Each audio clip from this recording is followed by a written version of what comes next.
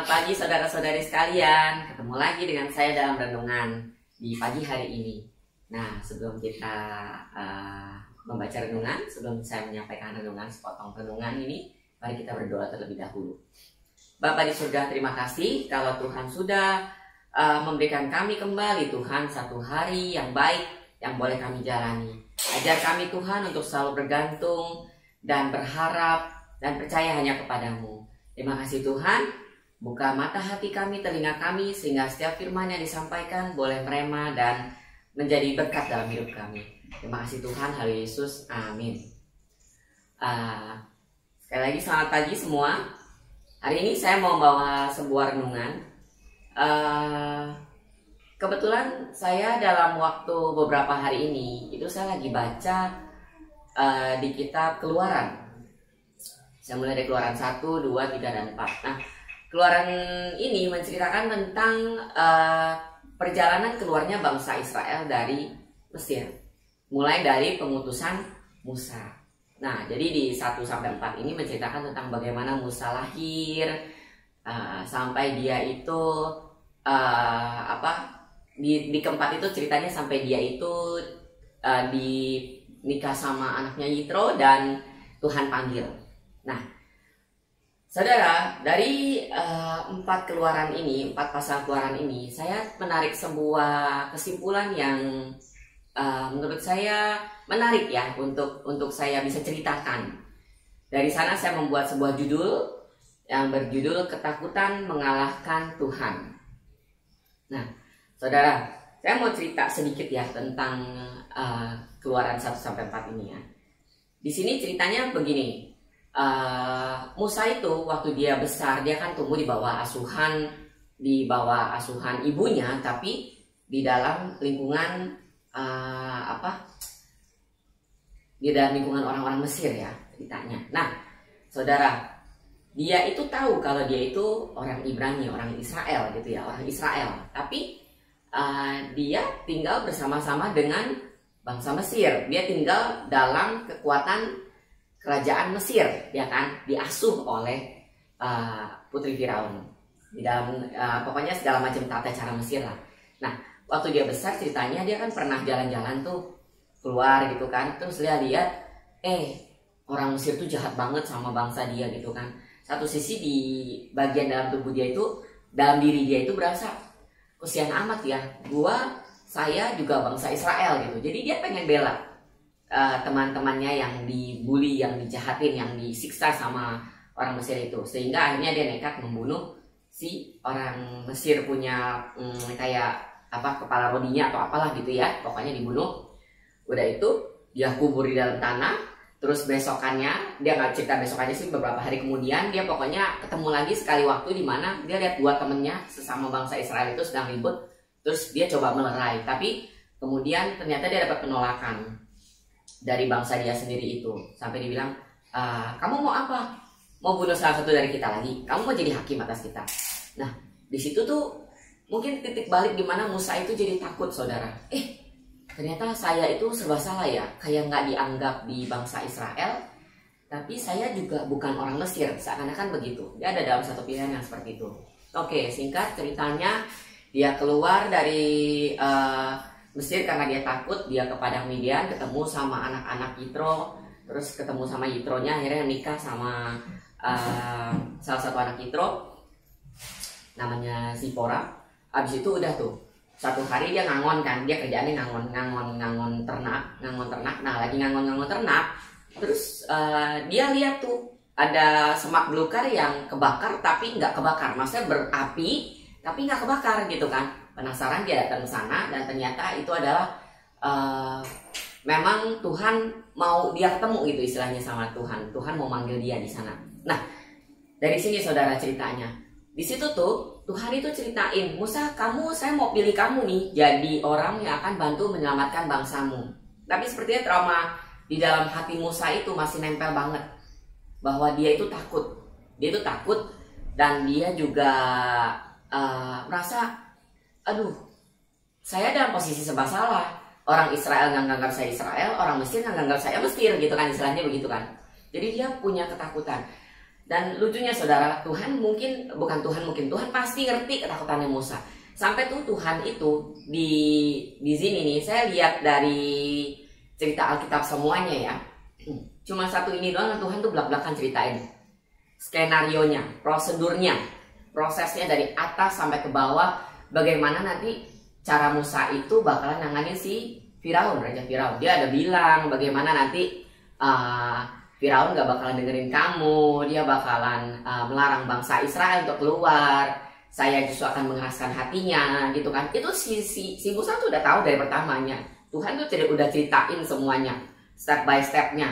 Bahkan juga udah dibilang nanti, tapi akhirnya nanti kamu dikasih keluar nih. Nah, waktu kamu mau dikasih keluar, nanti kamu bakalan ngambil banyak harta-harta dari orang-orang sekitar sana dan kamu bisa bawa pergi, gitu kan istilahnya. Itu tuh Tuhan udah ajarin semuanya.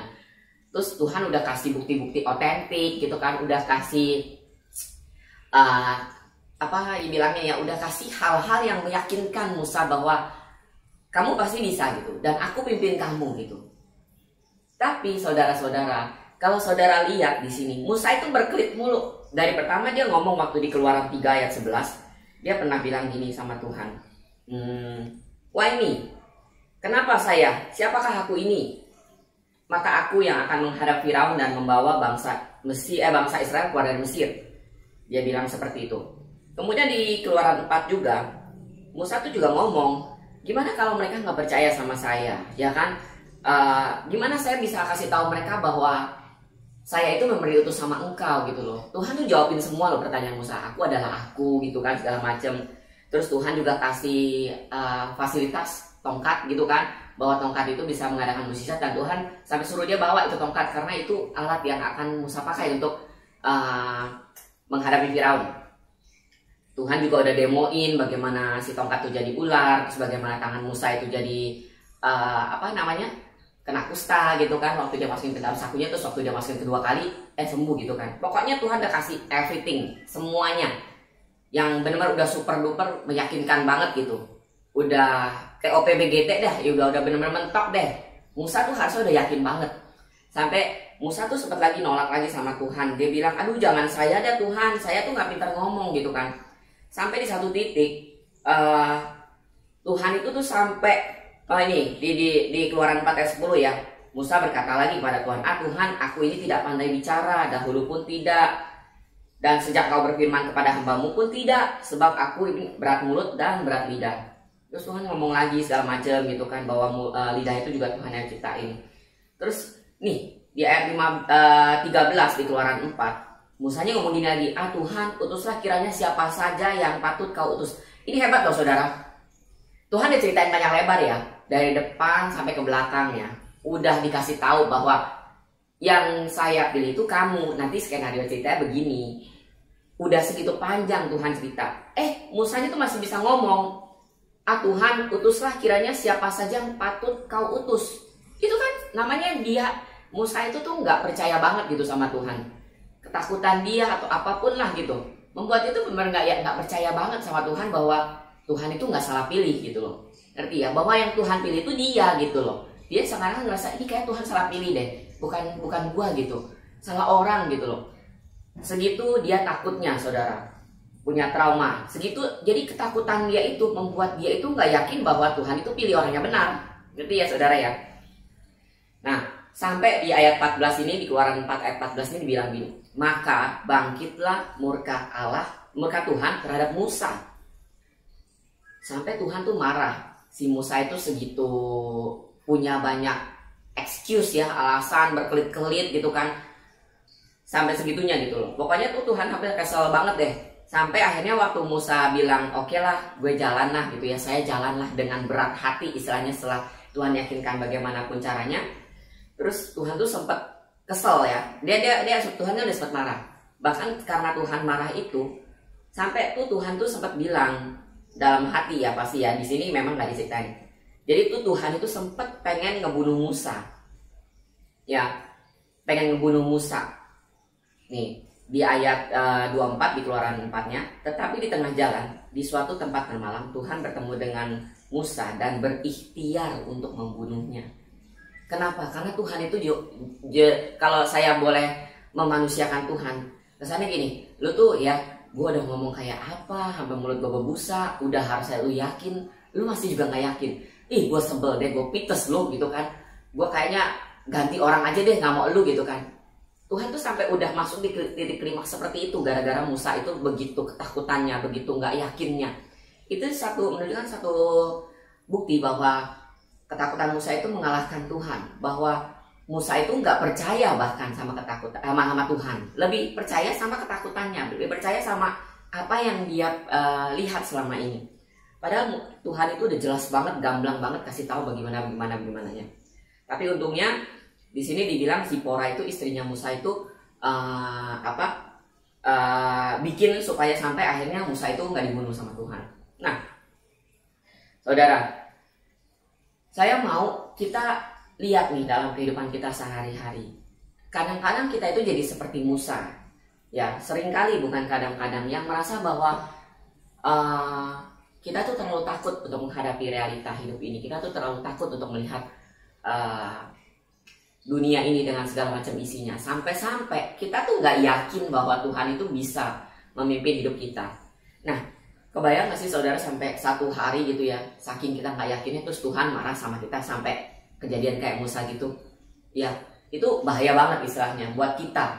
Ya, artinya kita itu nggak percaya sama Tuhan. Buat apa saudara hidup susah-susah memegang firman Tuhan, saudara ibadah, saudara segala macam, kalau di dalam hati saudara sendiri itu masih tetap terbersit bahwa Tuhan kayaknya nggak yakin, bahwa saudara itu kayaknya nggak yakin kalau Tuhan itu sanggup menolong.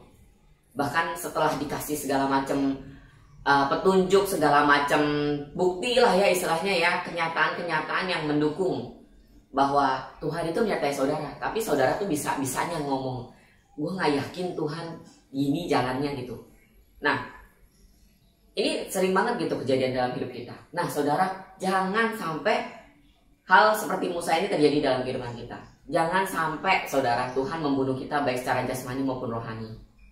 Ya, jasmani sih mungkin nggak terjadi se-ekstrim itu ya di dunia sekarang. Walaupun bukan menutup kemungkinan, tidak menutup kemungkinan itu bisa terjadi dengan cara Tuhan sendiri. Kalau sampai kita benar-benar bikin Tuhan kesel ya. Tapi sampai rohani kita itu mati istilahnya ya, karena kita itu nggak yakin, karena kita itu takut, karena kita itu nggak yakin Tuhan kita itu hidup, Tuhan yang memimpin kita, Tuhan yang memilih kita, itu lebih repot saudara.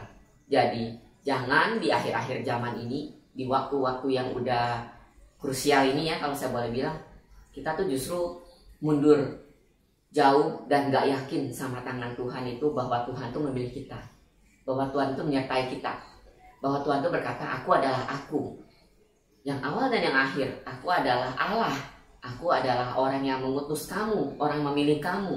Jadi yakinlah sama Tuhan. Kalau sekarang saudara nggak yakin sama Tuhan, saudara mau yakin sama siapa lagi?